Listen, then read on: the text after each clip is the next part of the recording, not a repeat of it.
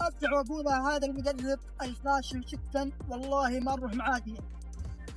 Ya, supporter Arab Saudi mengamuk usai ditahan imbang timnas Indonesia, anggap memalukan dan minta Mancini dipecat. Netizen Indonesia geruduk Instagram Martin Paes, "Bang, jangan canda gitu lagi, deg-degan akunya." Dan yang terakhir, supporter Indonesia merahkan Stadion King Abdullah dan gemakan selawat. Iya, langsung saja pemirsa kita ajak Anda untuk membahas mengenai tadi malam kualifikasi Piala Dunia 2026 antara Indonesia versus Arab Saudi. Sudah bergabung bersama kami melalui harganya spektakuler, harga cuma di bawah 100, khusus buat promo flash sale hari ini aja. Nih, detail bagian logo manis banget. Ya udah timbul guys, logonya dari bahan karetnya Lasis, cakep banget loh. Ini nggak diambil logo banget. Jadi buat kalian yang masih bisa ambil harga di bawah 100, saranku amankan deh sekarang. Nih katengan bawahnya manis banget, detail bagian katengan bawah ya manis banget bosku. Nih kalian nggak diambil sekarang logo banget. Yang udah mengamankan flash sale, lihat. Udah banyak orang guys, karena harganya masih flash sale. Kita kasih flash sale, kalian langsung buru ambil, keburu habis flash sale-nya. Oke, assalamualaikum warahmatullahi wabarakatuh. Selamat datang dan selamat berjumpa kembali sahabat-sahabat Garuda dimanapun kalian berada. Dan euforia dari kemenangan pencurian poin dari timnas Indonesia kepada Arab Saudi kita sudah nikmati bersama. Dan bagaimana debut dari seorang Martin Paes memang luar biasa. Dan juga kapten kita Jai Itses dalam pertandingan ini sungguh sangat tangguh dan kuat dalam menahan serangan gempuran dari Arab Saudi. Dan juga perlu dikatakan pula bahwa timnas Indonesia juga memberikan serangan yang lebih kolektif juga. Dan selama babak pertama timnas Indonesia berhasil membuat Arab Saudi ketar-ketir. Namun sehingga Arab Saudi bisa mencetak gol setelah peluang yang didapatkan memanfaatkan dari si kombinasi serangan. Dan perlu dicatat pula bagaimana euforia dari para supporter timnas Indonesia yang hadir ke Stadion King Abdullah Sport City dan memutus sejarah bahwa stadion itu tidak bisa membuat tim tamu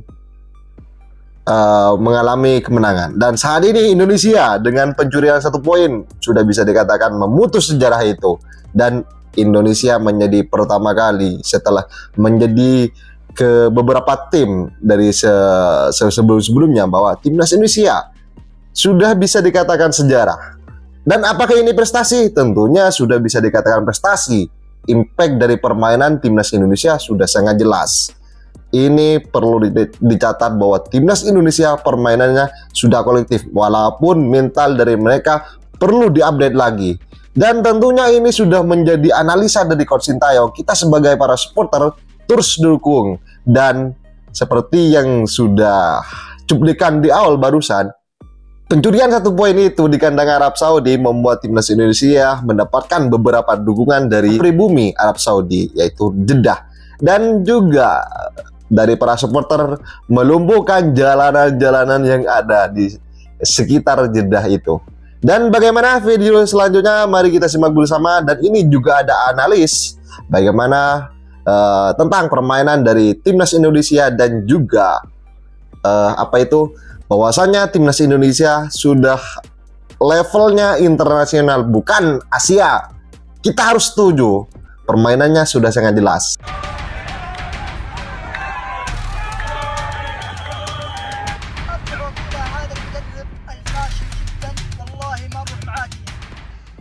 Ya, supporter Arab Saudi mengamuk usai ditahan imbang timnas Indonesia, anggap memalukan dan minta Mancini dipecat. Netizen Indonesia geruduk Instagram Martin Paes, "Bang, jangan canda gitu lagi, deg-degan akunya." Dan yang terakhir, supporter Indonesia merahkan Stadion King Abdullah dan gemakan selawat. Simak selengkapnya di sini. Mas Budi pasti yakin banget nih tadi malam begadang nonton secara keseluruhan. Mas Budi, tadi malam seperti apa nih analisanya tadi dini hari mengenai pertandingan Indonesia versus Arab Saudi? Permainan Indonesia kan dari awal juga sudah cukup jual beli serangan juga diladeni begitu ya? Jadi pertandingan semalam itu kalau kita ringkas dari sebuah kata-kata atau kalimat adalah fantastis, paten, luar biasa.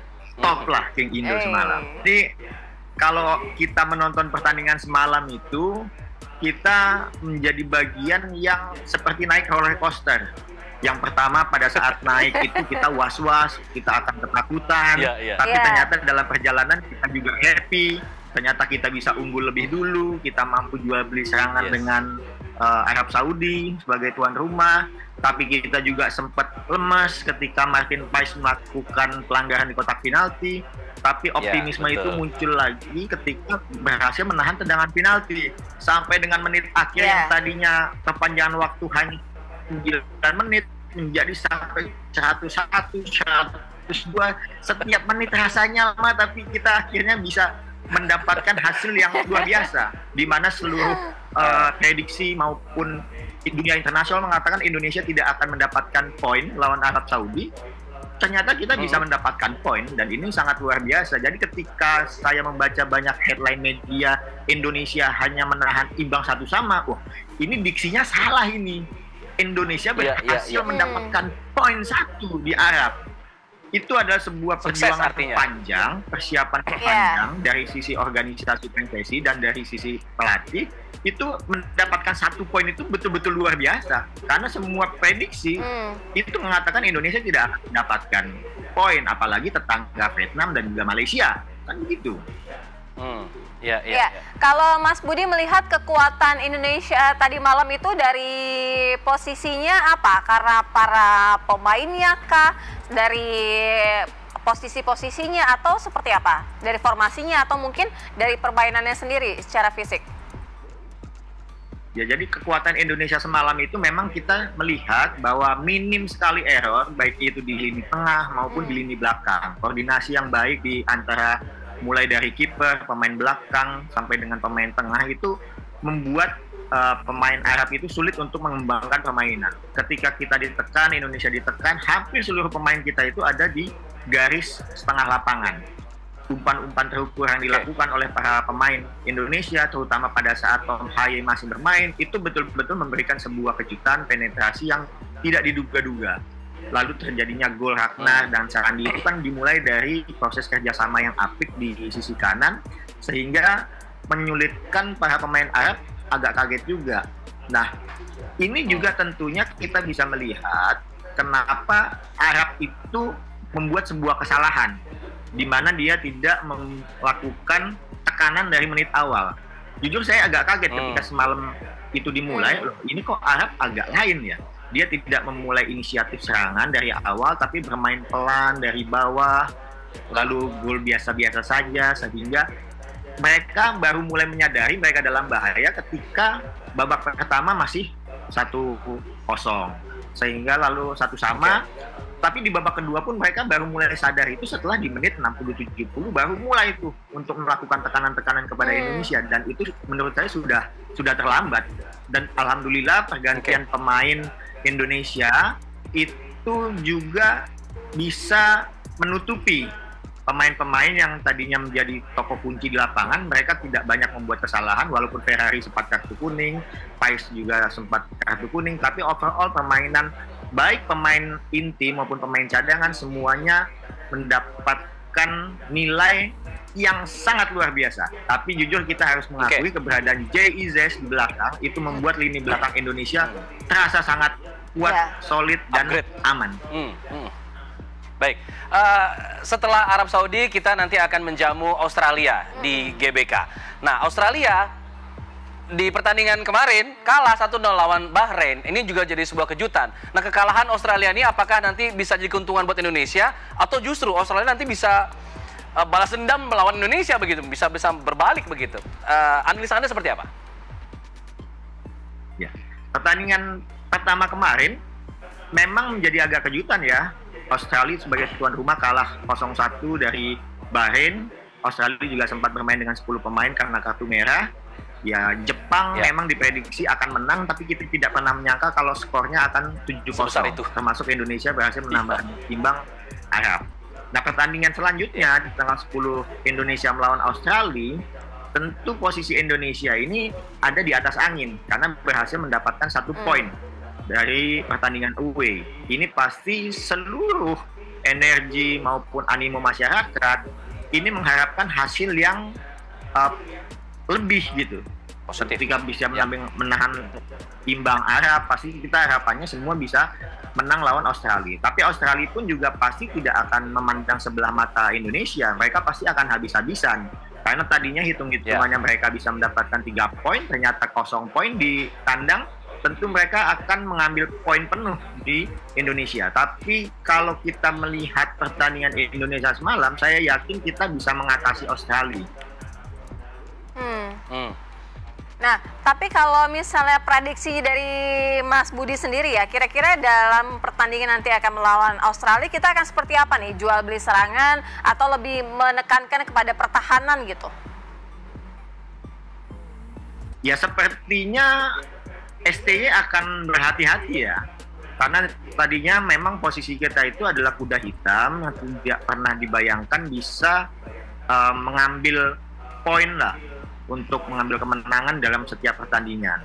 Dan pola yang dilakukan oleh STY ini ya mungkin perlu dipertahankan di pertandingan selanjutnya melawan Australia. Walaupun Indonesia akan berinisiatif untuk menyerang, tapi mungkin tidak akan secara frontal jual beli serangan dengan Australia, karena Australia juga pasti akan melakukan hal yang sama juga.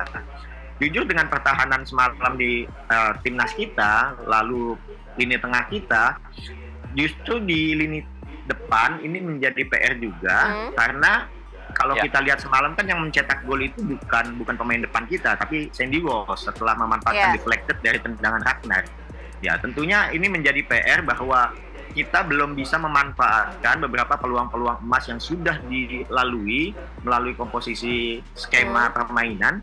Pemain depan kita masih belum bisa menunjukkan ketajaman itu. Rafael Struijk bermain gemilang sebagai destroyer, tapi belum bisa menciptakan tendangan ke arah gawang. Ya, baik. Ya. Baik, Mas Budi, kalau berbicara mengenai pertandingan tadi malam, pemain ini Indonesia sangat luar biasa ya, permainannya bagus. Tapi man of the match-nya siapa, Mas Budi? Kalau menurut saya saya ada pemain-pemain yang menonjol di setiap lini. Ya tentu di kiper Martin Pais itu menjadi bintang. Lalu di belakang ada Jay Ises, di tengah Ivar ya.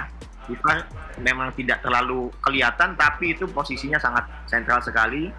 Dan di depan ya Ragnar. Tapi overall keseluruhan keputusan timnas Indonesia maupun Sintayong menunjuk Jay Ises sebagai kapten itu adalah keputusan yang sangat tepat.